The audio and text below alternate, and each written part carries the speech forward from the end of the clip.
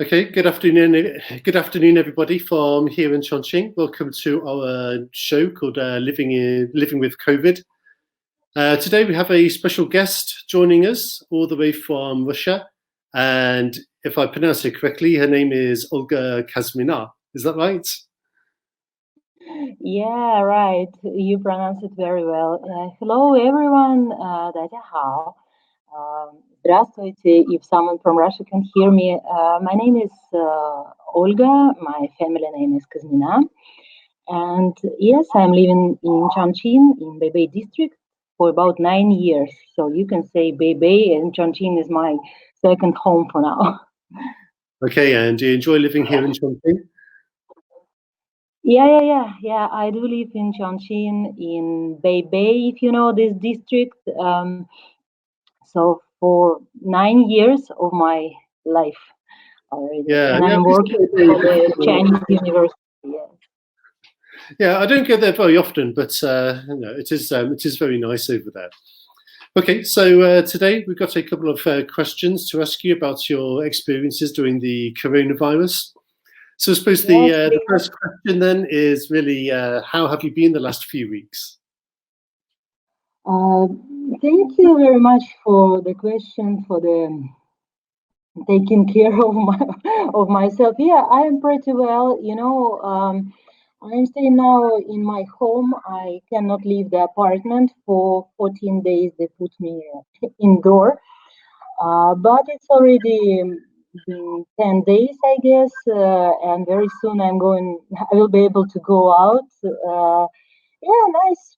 My health is very well. We are measure the temperature twice per day, and since it's looks like everything is very well. Thank you. Right, and is it still possible for you to go out sometimes, on a limited basis, or are you kind of constricted to your apartment for the time being? Sorry, James, please, can you say it again? Because I didn't get what did you say? Oh, I was just saying, do you have to stay in your apartment 24 hours a day, or are you still allowed out sometimes? Yeah, James, thank you. Yeah, we need to stay in the apartment 24 hours, and we cannot go out of the door. We cannot go out even to walk inside our community, and we cannot go by ourselves to a supermarket to buy the food. But the good part of this quarantena, we have lots of support from Chinese government, from the university, from the place we are living. So we can buy the products in the supermarket by application form, and the supermarket send us here. And the staff who are working in our xiaoqu, they bring to our door directly. So we don't need to be worried about nothing. Just stay at home and don't go out, and that's all.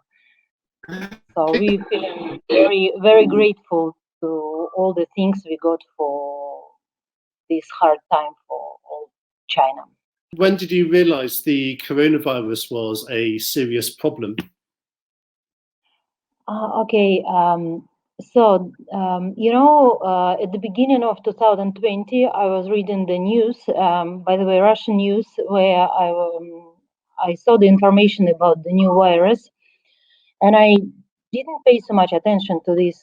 I mean, there are lots of sickness in the world, but then there are more and more people started to be sick, and I started to read on WeChat news or some Chinese news or Russian news, wherever, but the problem is more serious than I thought at the beginning. And then the people started to cancel the trips for the Chinese New Year, started to cancel the booking in the hotels, stopped to go abroad, and I realized it's really serious problem. Once one of my students sent me a message and say, I know, Olga, you are not afraid, but you must be afraid and don't go out so much and buy the masks for your face. And after that messenger, I started to think, yeah, apparently it's a serious problem, which one I need to be worried about. Yeah. Okay, so was there any point where you considered going back to Russia? I didn't want to go to Russia. I mean, Russia is my house, of course, and I can always go back, but there are a few reasons why I cannot go. The first reason, I do have cats here, two cats, two small cats living with me and with my boyfriend, and we cannot leave them here at all for even 1 week, but for the whole is the first reason. The second reason, for this vacation, I didn't plan to go back home because I have lots of work to do and I prepared lots of books, lots of materials to work on. And I didn't want to leave China at all. And the third reason, once I was talking with one of my Russian friends, and he said to me, he's living in Chongqing also, and he said to me, I was always thinking, if this situation happened in my home, in my town, with my family, I will be not able to leave to move anywhere. So it's terrible. And I started to think, yes, if it happened in Russia to me, I cannot escape. But because China is my second home, I decided to stay here and to be together with all Chinese people and support and back up them as much as I can. Great, yeah. I mean, I never really considered going back to England because, again, like Chongqing is also a second home for me as well. Nowadays, also new jobs as well, and also family. So I never really seriously considered going back. Yeah, James, thank you very much for your question. So, because I am a teacher and I have to research also about Russian literature, so I have to do lots of job. I have to publish my papers and I need to write these papers, of course. And as well, every day I have lots of things to do. I'm reading, I'm preparing my classes, and I'm preparing my papers. And now I cannot leave the house, and I do pretty the same job, but I think even more. I'm able to read more. I'm able to share my ideas with the people who are interested with the Russian literature too. I have some ideas about how to teach online now, and we have an expression in Russian: "There are no problems, there are challenges." So this is like a new challenge for me, and I need to deal with this. And also, as soon as I like sport a lot, I cannot run now, for example, but I can do yoga, and every day for 1 hour and even more, I'm exercising here in my apartment, feeling pretty well, pretty strong.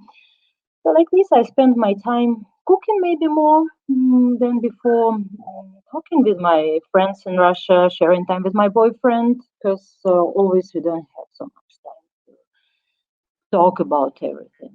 So like this, 24/7 at home, but not locked, more happy than. Okay, very great. Quarantine isn't that bad an experience. And same here as well. There's lots here at home to keep me busy as well. So I like to play the piano a little bit. When I'm not working, I like to read as well. Watch a film or something like that. So, like you said, it's not really a problem. It's more a challenge. I think that's the best way to look at the situation, I think, as well. So thank you very much for your question. Now there are lots of information about the coronavirus everywhere. But first, of course, I'm reading the official news in English, in Russian, in Chinese. And thank you very much for the Chongqing Foreign Affairs. They send always lots of useful information. I'd like to offer my gratitude again for accepting our interview from iChongqing again. It's been a pleasure to have you on the show, Living with COVID. Just finally, before we leave, do you have a message you would like to offer to people in China or our audience worldwide?